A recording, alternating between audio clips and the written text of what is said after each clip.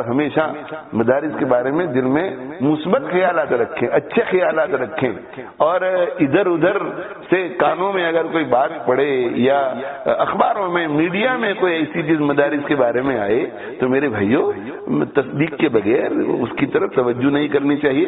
اور اگر کسی مدرسے میں کوئی ایسا حقیقت میں کوئی واقعہ ایسا ناگوار پیش آ جائے تو ایسا دنیا میں کون سا ادارہ ہے کہ جہاں ایسا کوئی واقعہ پیش نہیں آتا ہے؟ بھائی ہزاروں مدارس میں ایک مدرسے میں اگر ایسا کوئی ناگوار واقعہ پیش آ جائے تو آپ ایسا سمجھنے لگ جاتے ہیں کہ سبھی مدارس میں ایسا ہے. اگر سبھی مدارس میں کوئی کام آج تک نہ ہو رہا ہوتا تو میرے بھائیو سوچو کہ یہ امت کی جو ضرورتیں پوری ہو رہی ہیں وہ کیسے پوری ہوتی.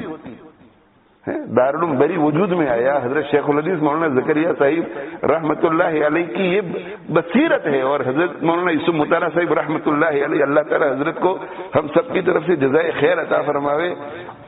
وہاں کے فضلاء اور پھر ڈیوزبری کے فضلاء اور پھر دوسرے دارالعلوم وجود میں آئے ان کے فضلاء آج پورے ملک میں چھائے ہوئے ہیں، پورے ملک میں چھائے ہوئے ہیں. اور مکاتب میں دیکھو تو آپ کو یہی نظر آتے ہیں یہاں کے فضلاء، آپ امامت میں دیکھو تو آپ کو یہی نظر آتے ہیں. تو کیا ہمیں نظر نہیں آتا کہ نماز جنازہ ہماری کون پڑھاتا ہے؟ بھائی عالم پڑھاتے ہیں، مدرسے کا پروڈکٹ ہماری نماز جنازہ پڑھاتے ہیں.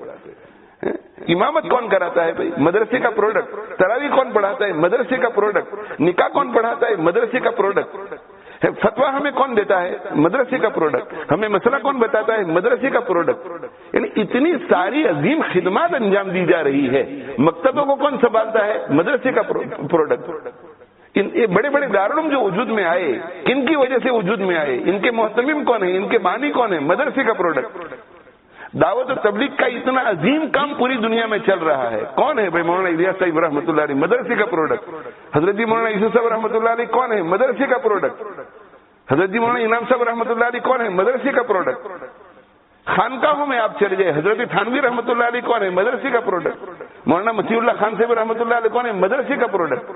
اتنی ساری خدمات ہیں مدارس کی، آج بھی چاروں طرف دیکھو تو مدارس کی خدمات، مدارس کی خدمات، مدارس کی خدمات. اور ذرا کوئی بات ایسی کان میں پڑ جاتی ہے، نہ اس کا سر نہ اس کا پاؤں، نہ کوئی دلیل ہمارے پاس، نہ کوئی ویریفیکیشن، نہ کوئی تحقیق، اور مدارس میں کچھ نہیں، مدارس بیکار ہیں، یہ علماء بیکار ہیں. نہیں میرے بھائی، یہ زیادتی ہے مدارس کے اوپر، یہ زیادتی ہے علماء کے اوپر، یہ زیادتی ہے اہل علم کے اوپر. آپ بہت بڑا ظلم کر رہے ہیں اگر ایسا خیال لے کر کے آپ چلتے ہیں. تو آپ کی ساری دینی ضرورتیں پوری کرنے والوں کے معاملے میں آپ بدگمانی کرتے ہیں. یہ بہت بڑی زیادتی ہے، بہت بڑی زیادتی ہے. اس لیے اچھا خیال رکھو، تعاون کرو مدارس کا، یہاں کے مدارس کا بھی تعاون کرو، اور جہاں جہاں مدارس چل رہے ہیں تعاون کرو. مکاتب کا تعاون کرو، علماء کی قدر کرو، ان کی عزت کرو، ان کے جو کام ہیں، ان کے جو منصوبے ہیں ان میں تعاون کرو. اور قدر کی نگاہ سے دیکھو، طلباء کو قدر کی نگاہ سے دیکھو. اللہ تعالی شان ہو میری ان گزارشات کو قبول فرمائیں. یہ ایسی لمبی داستانیں ہیں کہ آدمی صبح تک بھی بات کرتا رہے. بہت لمبی تاریخ ہے اور بہت ہی رچ تاریخ ہے، رچ تاریخ، بہت رچ تاریخ ہے اہل علم کی خدمات. اللہ اکبر، اللہ اکبر. میں صرف اتنا آپ سے عرض کر دوں کہ اللہ کے نبی صلی اللہ علیہ وآلہ وسلم جب دنیا سے تشریف لے گئے، اس دنیا سے تشریف لے گئے، اس وقت اسلامک لائبریری میں ایک بھی کتاب نہیں تھی. مدینہ منورہ میں کوئی لائبریری نہیں تھی کہ جہاں کوئی کتاب تھی. قرآن مجید اور احادیث شریفہ منتشر. قرآن کی ایک آیت کسی کے پاس ہے، 3 آیتیں کسی کے پاس لکھی ہوئی ہے، 2-4 سورتیں کسی کے پاس لکھی ہوئی ہے. قرآن بھی ایک جگہ پر موجود نہیں تھا، قرآن بھی ایک جگہ پر اور حدیثیں کسی کے پاس نوٹس میں لکھی ہوئی ہیں، اپنے اپنے نوٹس. اور اکثر صحابہ کرام رضوان اللہ تعالی علیہ مجمعین نے زبانی یاد کی ہوئی تھی. یہ صحابہ کرام رضوان اللہ تعالی علیہ مجمعین کا پہلا طبقہ ہے علماء کا. اگر یہ حضرات محنت نہ کرتے اور علم کو تابعین تک نہ پہنچاتے، اور تابعین خون پسینے کو ایک نہ کرتے، اور تبا تابعین تک اس علم کو نہ پہنچاتے، بھوکے پیاسے نہ رہتے اور بیابان جنگلوں کا سفر نہ کرتے، یہ 30-40 سال تک اپنے اہل و عیال سے دور نہ رہتے، تو میرے بھائیو آج ہمارے پاس کیا ہوتا؟ ہاں ہم قرآن نہ پڑھ سکتے. قرآن اللہ کے نبی صلی اللہ علیہ وسلم تو پورا قرآن بھی تحریری شکل میں چھوڑ کر نہیں گئے تھے. 10,000 حفاظ چھوڑ کر گئے تھے.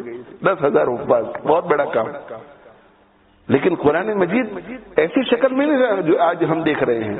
اور اللہ کے نبی صلی اللہ علیہ وسلم کے زمانے میں با کے نیچے ایک نقطہ, تا کے اوپر 2 نقطے, جیم کے پیٹ میں ایک نقطہ, ہا خالی, خا کے اوپر ایک نقطہ. ایسا نہیں تھا.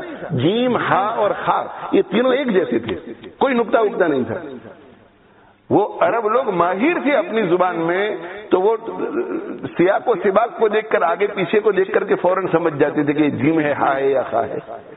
زبر نہیں تھا, زیر نہیں تھا, پیش نہیں تھا, تشدید نہیں, سکون نہیں. یہ علماء کی محنتیں ہیں کہ ہمارے لیے ساری آسانیاں پیدا کی.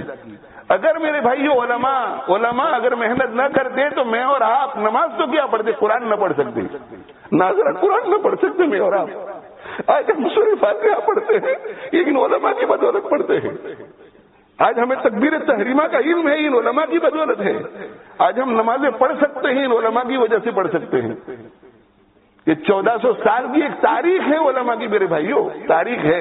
آپ اس کو اگنور نہیں کر سکتے, نظر انداز نہیں کر سکتے. ہم جو چاہے کہیں علماء کے بارے میں, لیکن نظر انداز نہیں کر. قیامت کے دن پتہ چلے گا کہ علماء نے کیا کیا ہے.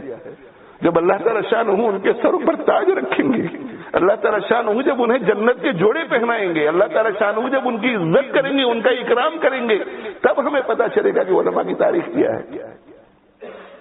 اس لیے میرے بھائیوں علماء کے بارے میں یہ نہیں کہتا کہ ہر عالم فرشتہ ہے. ہاں علماء کی جماعت میں بھی جیسے بکریوں کے اندر بھیڑیا گھسا ہوا ہوتا ہے, علماء کی جماعت میں بھی کوئی علماء کی شکل میں کوئی گھسا ہوا ہوتا ہے غلط آدمی. وہ ہر جگہ پر ہوتا ہے. پولیس میں بھی ایسا ہوتا ہے غلط آدمی, ہر جگہ کے اوپر. تاجروں میں غلط آدمی گھسا ہوا ہوتا ہے, لیکن اس کی وجہ سے پورے طبقے پر انگلی نہیں اٹھاتے. ہمیں علماء کی قدر کرنی ہے. آج ہم جو کچھ بھی ہیں علماء کی وجہ سے ہیں. ہاں بڑے بڑے بزرگوں نے یہ کہا ہے کہ لولا العلماء لکان الناس کالبہائم. اگر علماء نہ ہوتے تو انسان نہ ہوتا, انسان جانور بن چکا ہوتا. یہ علماء کی برکت ہے کہ انسان ہے, انسان میں انسانیت باقی رہی علماء کی محنتوں کی وجہ سے. اس لیے میرے بھائیوں آپ جو ہیں علماء کی قدر کریں, مدارس کی قدر کریں, ان کے لیے خوب دعائیں کریں, خوب چندہ بھی دیں, خوب تعاون کریں. ہاں طالب علموں کی ہمت افزائی کریں, اپنے بچوں کو بھی اس راہ میں لگائیں, اپنے بچوں کو اس راہ میں لگائیں. سعادت مند لوگ ہیں جن کو اس راہ میں چلنے کی سعادت توفیق ملتی ہے, اور سعادت مند ہے وہ لوگ جن کو اس جماعت میں شامل ہونے کا موقع ملتا ہے. ہر ایک اس میں شامل نہیں ہو سکتا. حدیث پڑھائے, قرآن پڑھائے, تفسیر پڑھائے, کس قدر خوشی کی بات ہے ماں باپ کے لیے بھی اور ان کے بچوں کے لیے بھی. اس لیے اس کی طرف خاص توجہ فرمائیں.